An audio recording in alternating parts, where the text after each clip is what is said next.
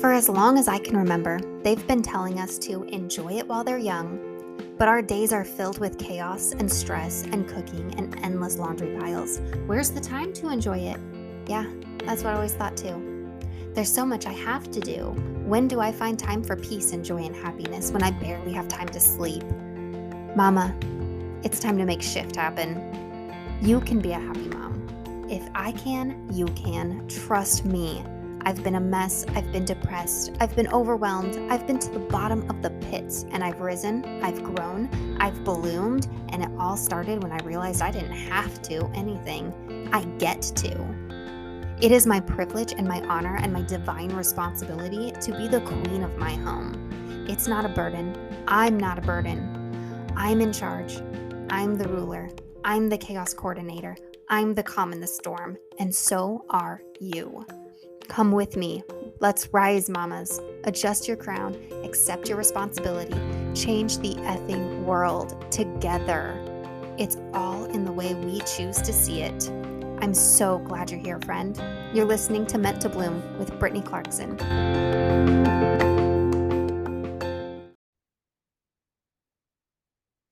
Hello, friends. I'm so glad you're here.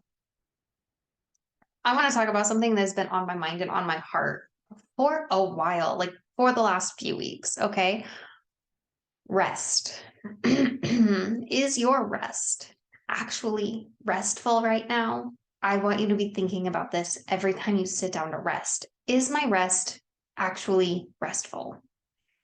All right, I am working on this. I have been so guilty of this lately. I want you to think, how many times have you sat down just today, pulled out your phone and called it rest? Whether you're on social media, I just jumped on Threads. Like that was a whole thing. That took up, a good 2 days of my life. Just getting on there was exciting. Something new, something fun. All my friends are there. It felt like a sleepover. I've since backed off and spent far fewer hours on it. Or, whether you're pulling out a brain building game. Maybe you're just pulling it out to zone out and play a game, and justifying it as, it's brain building. Or maybe you're even reading books on your phone. Maybe you're just reading a book, like a legitimate paper book. How many times have you sat down and participated in an activity, called it rest, only to end up still being short fused and agitated once you, get back into the swing of everyday life? I have to tell you, that was not rest. That is not rest. Rest does not keep you stressed and anxious and agitated and short fused and quick to anger. When you have had a truly restful experience, you don't end up yelling at the first minor inconvenience that happens 5 minutes later. True rest is going to stick with you and hold you, and it's gonna ground you, and it's going to bring you peace. Rest does not just mean sitting down, okay? Because here's the thing. If you're living the same kind of stay at home, work at home, housewife, mom life that I'm living, most of the time when you need rest, it's not picking your feet up, all right? Most of the rest I need is not getting off of my feet. Most of the rest I need is getting in tune with my breathing again, slowing down the heart rate, resting the nervous system. I need rest from making decisions. I need mental rest, or I need emotional rest because we've been dealing with a lot of, brothers bickering and, just so many things going on in that, the relationships. And so I need some emotional rest from this roller coaster of, are the kids getting along? Are they not getting along? Why, sometimes we just need rest from so many different things. And if we're equating rest with just sitting down and kicking our feet up, you might not be feeling like that part of your life is being fulfilled. All right. And then we want to also think about rest versus restoration. All right. You need both. But here's the way I differentiate this is that rest happens in stillness. Rest is when you are calming, when you are grounding. Rest is, more like sleep. It's an inactivity. It's putting pause on all of the action in your life. Okay. And restoration. This is the other half. This is two sides of a coin from the way I see it in my life. Okay. Restoration, this is active. This is like stretching and moving, or it's building, it's reading, it's growth. Restoration is putting back, filling the cup back up, whereas rest is letting the cup breathe, letting the cup be.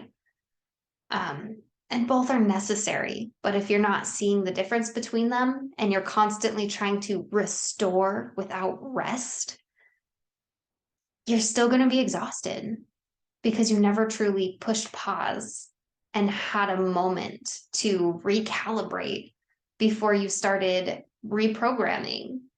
I hope that makes sense to you. I also want to mention overstimulation and avoidance here.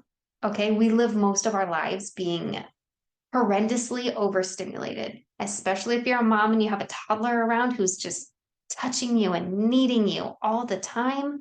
There is so much stimulation happening in your life. This is when you get touched out. This is when you just hit this wall where you're done making decisions and you're just like, I cannot answer another question today. I mean, my 5-year-old and I right now have this thing where he understands when I tell him I'm out of answers for the day.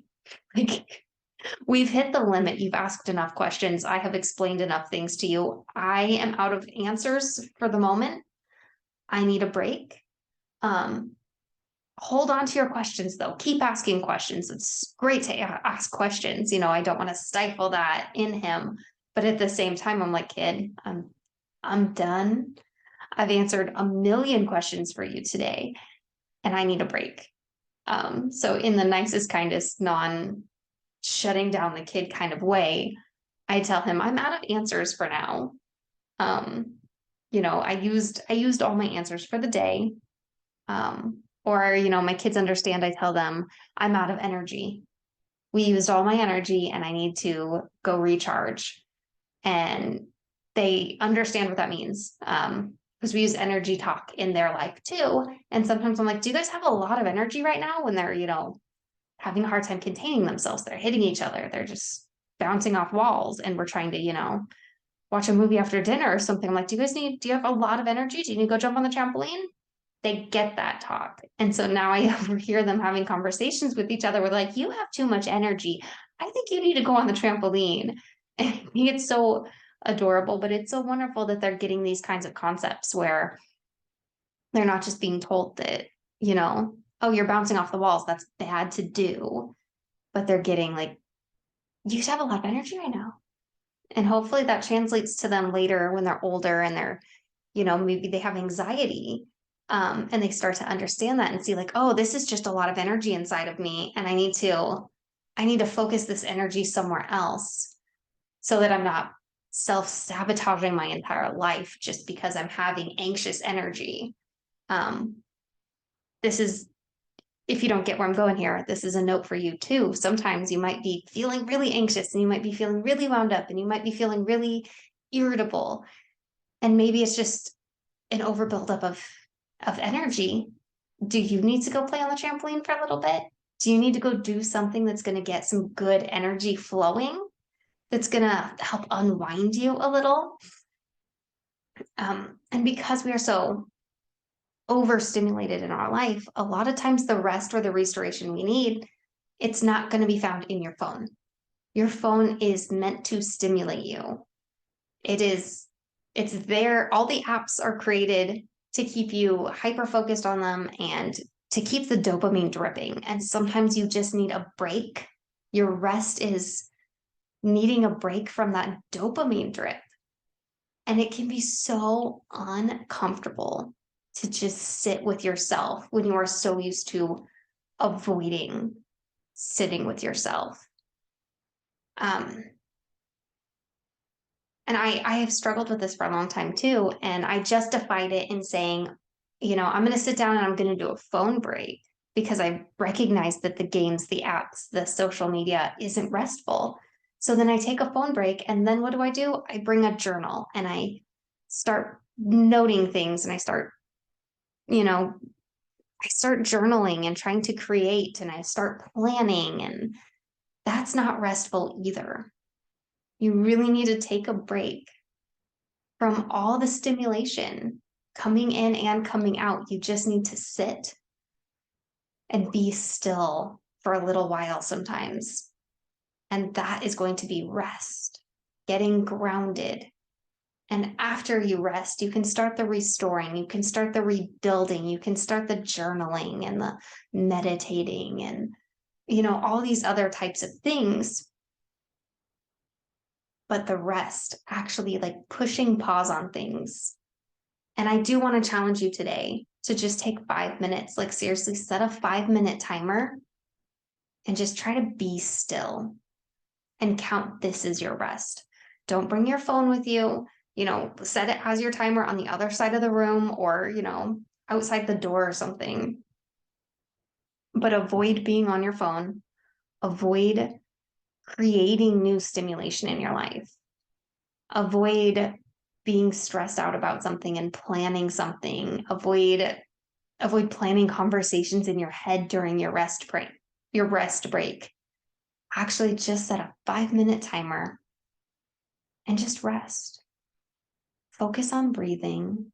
Don't focus on growing. Don't focus on going on some, cosmic meditative journey. Just focus on being still for 5 minutes. Let thoughts come and go. Don't judge the thoughts that come. Don't get upset when thoughts come, but don't grab onto them. All right. Thoughts are going to come and go from your brain. Let them pass through. Don't grab them and start creating this anxious spiraling out of control because you're thinking about this thing. Just be for 5 minutes. All right. And I'll say you can take it one little step farther. Try spending these 5 minutes either outside doing grounding, like go be barefoot on the ground, go sit on the ground and spend 5 minutes just being still, or do this when you're in the shower or in the bathtub. Some people really, really like nature has this ability to really ground you and to really help you relax and help you restore and help you, balance out the neurons or whatever, the electrons.